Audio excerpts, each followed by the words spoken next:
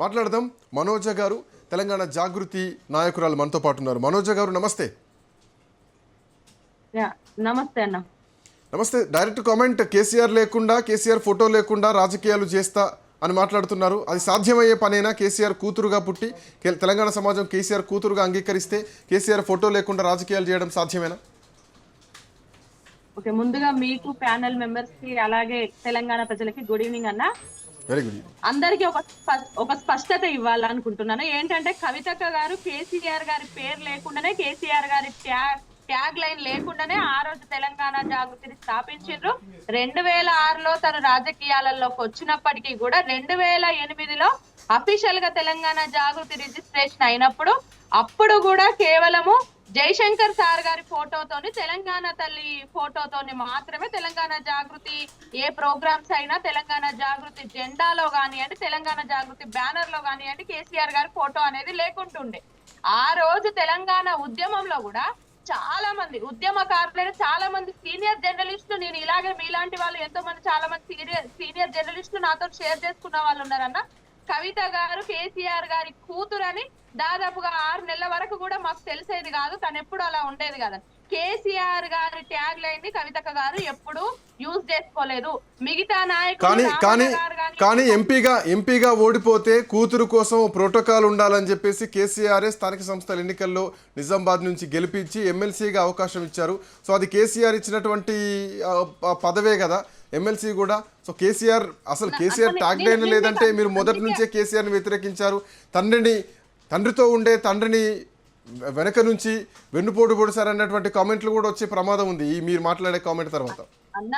అన్న నేను అందుకే మీకు క్లారిటీ ఇస్తున్నా. 2008 నుండి ఇప్పటి వరకు కూడా 2006 నుండి 2009 వరకు హుజూర్ నగర్ లో ఏదైతే తెలంగాణ జాగృతి వర్క్ చేసింది అక్కడే టిఆర్ఎస్ జెండా ఎగరడం కోసం 3 సంవత్సరాలు తెలంగాణ జాగృతి వాళ్ళ కోసం పనిచేసినాము మేము. తెలంగాణ వాదంతో పాటు సిరిసిల్ల తీసుకున్నా, కరీంనగర్ ఉప ఎన్నికలు తీసుకున్నా కూడా కవితక్క గారు కానివ్వండి, తెలంగాణ జాగృతి కానివ్వండి టిఆర్ఎస్ ని బలపరచడం కోసము తెలంగాణ జాగృతి పనిచేసింది. అంతేగాని అంటే కవితక్క గారి పేరు అంటే కూతురు కాబట్టి తప్పకుండా కేసీఆర్ గారి కూతురు అన్నది ఎప్పుడు ఉంటది. ఆయన ఫోటోను ముందు పెట్టుకొని, ఆయన ట్యాగ్ లైన్ ముందు పెట్టుకొని ఆమె ఎదగలేదు అంటున్నా. 2014లో ఎప్పుడు మీరు అంటున్నారు మనోజ గారు, అసలు ఎక్కడ మేము కేసీఆర్ పేరు వాడలేదు, కేసీఆర్ ఫోటో వాడలేదు అంటున్నారు. కానీ జూలై 26, 2025 సంవత్సరంలో తెలంగాణకు కొత్త నాయకత్వం కావాలని చెప్పేసి ఆ రోజు కొత్త లీడర్లను తయారు చేయడానికి జాగృతి లీడర్ శిక్షణ తరగతుల్ని ప్రారంభించారు. వాస్తవమే కదా? అందులో బ్యాక్గ్రౌండ్ లో ఉన్నటువంటి ఫోటోలో కేసీఆర్ ఫోటో స్పష్టంగా కనిపించింది. నన్ను మొత్తం కన్క్లూడ్ చేయని అని అప్పుడు మీకు క్లారిటీ వస్తే ప్రజలకు కూడా క్లారిటీ రావాలి. ఎప్పుడైతే కేసీఆర్ గారిని మేము ఎప్పుడైతే 2014లో కవితక్క గారిని పిలిచి ఎంపీ టికెట్ ఇస్తున్నాము, నిజామాబాద్ లో నీకు గడప గడప తెలుసు కదా, నీకు నిజామాబాద్ నుండి ఎంపీ టికెట్ ఇవ్వాలి అనుకుంటున్నా అన్నప్పుడు అప్పుడు ఉన్న ఎవరైతే మధు యాష్కి గారి మీద 1,50,000 మెజార్టీతో కవితక్క గారు గెలిచిన తర్వాత ఒక పార్టీ నుండి టిఆర్ఎస్ పార్టీ సభ్యత్వం ఆ రోజు తీసుకుంది. 2014లో కవితక్క గారు టిఆర్ఎస్ పార్టీలో సభ్యత్వం తీసుకొని ఆ రోజు కండువా కప్పుకొని టిఆర్ఎస్ పార్టీ ఒక నాయకురాలిగా ఆ రోజు కంటెస్ట్ చేసినప్పుడు అప్పుడు జాగృతిలో ఒక మీటింగ్ జరిగింది. ఎందుకంటే నేను ఇప్పుడు ఒక పార్టీలో నేను ఒక ఎంపీగా ఉన్నా కదా, కాబట్టి నాది ఒక ఎన్జిఓ ఆర్గనైజేషన్ అయినా కూడా ఇప్పుడు ఆ పార్టీ అధ్యక్షుడి ఫోటో లేకుండా నేను కార్యక్రమాలు చేస్తే బాగుండదు అని 2014 తర్వాత నుండి కేసీఆర్ గారి ఫోటో అనేది జాగృతి ఫ్లెక్సీలలో పెట్టడం జరిగింది. దానికి ముందు ఉద్యమం టైంలో చూడండి మీరు బతుకమ్మ, మేము ఊరూరా బతుకమ్మ తెలంగాణ జాగృతి అప్పుడు ఉన్న ఉమ్మడి 10 జిల్లాలలో చేసిరు. ఎక్కడ కూడా కేసీఆర్ గారి ఫోటో వాడలేదు. ఎప్పుడు కూడా తెలంగాణ తల్లి ఫోటో లేని కవితక్క గారు బతుకమ్మ ఎత్తుకున్న ఫోటో, లేకపోతే జయశంకర్ సార్ గారి ఫోటో.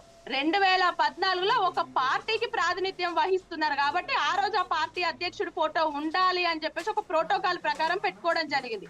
ఇక్కడ ఇంకో మాట మీరు అన్నారు, కేసీఆర్ గారి కూతురు కాబట్టి ఆ రోజు ఎమ్మెల్సీ ఇచ్చినారు. నిజంగా కూడా కేసీఆర్ గారి కూతురు అన్న ఆలోచన ఆ పార్టీ వాళ్ళకే ఉంటే, కేసీఆర్ గారి కూతురు అని చెప్పి కేసీఆర్ గారు నా బిడ్డ కదా అని కవితక్క గారికి ప్రాధాన్యత ఇచ్చేవాళ్ళే అయితే, నా చెల్లె కదా, నా ఇంటి ఆడబిడ్డ కదా అన్న ఆలోచన ఆ రోజు రామన్న గారికే ఉంటే, లేకపోతే మేము ఒక కుటుంబ సభ్యులం కదా అని చెప్పేసి హరీష్ అన్న గారికి వీళ్ళందరికీ ఒక ఆలోచన ఉంటే 2019 నిజామాబాద్ ఎంపీ ఎలక్షన్స్ లో కుట్రలు చేసి 9 మంది ఎమ్మెల్యేలకు ఫండింగ్ చేసి కవితక్క గారిని ఓడగొట్టేటోళ్ళు కాదు.